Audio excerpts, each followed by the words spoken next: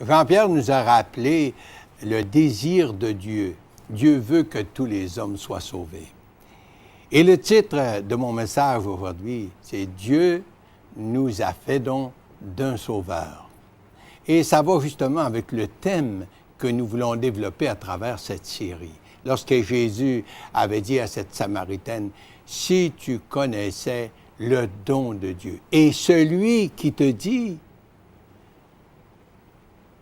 donne-moi à boire, et celui qui te dit. » Et justement, l'accent est ici placé sur sa personne, sur le Sauveur. Est-ce que vraiment nous connaissons Jésus intimement comme Sauveur? Et c'est là la chose qui est importante.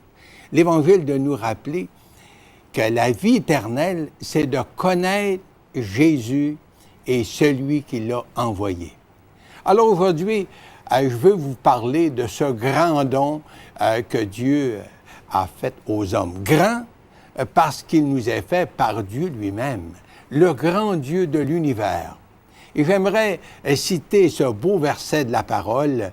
Vous pouvez le lire avec moi, Jean 3,16. « Car Dieu a tant aimé le monde qu'il a donné son Fils unique, afin que quiconque croit en lui ne périsse point, mais qu'il ait la vie éternelle. » Pourquoi Dieu était-il prêt à donner un si grand don pour sauver l'homme pécheur et perdu? Bien sûr que Dieu aurait pu bannir l'homme, ce premier couple sur la terre, et puis recréer un homme parfait.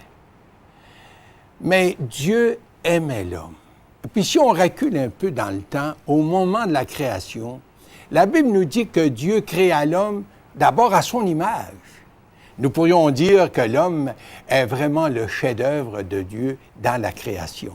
Le créant à son image, Dieu lui donna les facultés ou la faculté capable de jouir d'une communion intime avec son Créateur, dans une entière dépendance avec Dieu.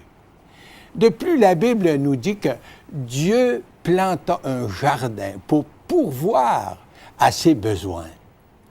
L'homme ne fut pas créé comme un robot mécanique. L'homme avait la pleine liberté d'aimer. Créé à l'image de Dieu, il pouvait aimer, il pouvait agir, il pouvait travailler, il pouvait jouir de la vie, puis en plus, Dieu lui avait donné le pouvoir de dominer sur la terre. Tout ça, bien sûr, dans une pleine dépendance de Dieu. Dieu prenait plaisir de jouir de cette communion avec l'homme. Dieu se rencontrait dans ce jardin avec l'homme pour jouir de cette communion. L'homme était vraiment l'ami de Dieu. L'arbre de la connaissance du bien et du mal, on en parle très souvent, que Dieu avait planté au milieu du jardin, rappelait à l'homme sa dépendance, sa raison d'être vis-à-vis de son Créateur. Puis vient la chute. Et j'aimerais ici expliquer juste dans un petit moment ce qu'est la chute. La chute, c'est lorsque l'homme a péché, a désobéi à Dieu. Et le péché a séparé l'homme avec son Créateur. Dieu étant saint, Dieu ne pouvait tolérer le péché. Et cette communion avec l'homme a été brisée. Puis enfin, Satan est entré ici en jeu. Et Satan de dire à Ève, « Dieu a-t-il vraiment dit? » Il commence par semer le doute dans son cœur. Ensuite, il lui dit, « Dieu sait que le jour où vous en mangerez, vos yeux s'ouvriront, vous serez comme des dieux. » Mais quel mensonge! Satan, c'est le père du mensonge. Il n'y a pas un mot de vérité en lui, puis il est meurtrier. Mais le désir d'être comme des dieux, dans la pensée d'Ève et d'Adam, d'être dépendants d'eux-mêmes, d'agir selon leur propre volonté, indépendamment de Dieu, et vivre dans l'indépendance. N'est-ce pas ce qui caractérise le monde aujourd'hui? Les gens veulent être indépendants. Les gens veulent vivre leur vie comme ils l'entendent. Les gens veulent pratiquer leur religion comme ils le veulent. L'indépendance, même d'avec Dieu, Et c'est ça vraiment le péché, parce que l'homme ne peut pas vivre sans Dieu. L'homme a été créé pour jouir de cette communion avec Dieu. Ça a déjà été dit à plusieurs reprises que dans l'homme, il y a un espace, il y a un vide à la forme de Dieu. L'homme séparé de Dieu ne peut pas vraiment vivre. L'Épître aux Romains, le chapitre 5 et le verset 12, vous pouvez lire ce texte avec moi. C'est pourquoi, comme par un seul homme, le péché est entré dans le monde, et par le péché la mort, et qu'ainsi la mort s'est étendue sur tous les hommes, parce que tous ont péché. Le jour de la chute fut le jour le plus triste de l'histoire humaine, pour l'homme, mais surtout pour Dieu, son Créateur. Mais Dieu aime l'homme, et dans sa sagesse, il mit en exécution son plan de salut, et promet à l'homme un Rédempteur. Eh bien oui, justement, Dieu avait promis un Sauveur. Et dans l'histoire de l'Ancien Testament, bien, cette promesse était toujours rappelée à travers les sacrifices. Dieu allait envoyer son Fils comme l'agneau de Dieu pour sauver l'humanité. À Satan, Dieu dira, « La postérité de la femme t'écrasera la tête et tu lui blesseras le talon. » Bien sûr qu'il est question ici de ce grand don du Sauveur. Dieu fait homme. Dieu né de la Vierge Marie. Jésus qui nous délivre de la colère à venir. Dieu n'a jamais cessé d'aimer l'homme. Mais comment Dieu, infiniment saint et juste, pouvait-il restaurer l'homme pécheur? L'homme qui s'était rebellé contre Dieu. Dans l'Épître aux Éphésiens, chapitre 2, le verset 1 à 4, nous raconte ce que nous sommes. Vous étiez morts par vos offenses et par vos péchés, dans lesquels vous marchiez autrefois. Et le verset 3 de nous dire, nous tous aussi, nous étions de leur nombre, et nous étions par nature des enfants de colère comme les autres. Et ça, c'est vrai, mes chers amis, de vous, de moi, c'est vrai de tous les hommes. On est mort à cause du péché, c'est-à-dire séparés de Dieu, parce que Dieu est saint, et nous sommes des pécheurs, et nous avons des penchants pour ce qui est mal. Mais le verset 4, c'est dit, et nous revenons avec ce passage de la parole, « Mais Dieu qui est riche en miséricorde, à cause du grand amour dont il nous a aimés, nous qui étions morts par nos offenses, nous a rendus vivants avec Christ, et c'est par grâce que nous sommes sauvés. » C'est presque incroyable, mais c'est ça le beau message de l'Évangile. Voyez-vous, personne d'autre que le Saint-Fils de Dieu pouvait répondre et satisfaire la justice de Dieu adéquatement pour le péché de l'humanité, depuis le péché d'Adam jusqu'à présentement, jusqu'à nous. Dieu a tant aimé le monde qu'il a donné son Fils unique. L'amour de Dieu, ça dépasse notre compréhension. L'amour véritable donne. Dieu a tant aimé le monde qu'il nous a donné un sauveur dans la personne de son Fils. Dieu nous a donné ce qui lui était le plus cher, son Fils, son unique.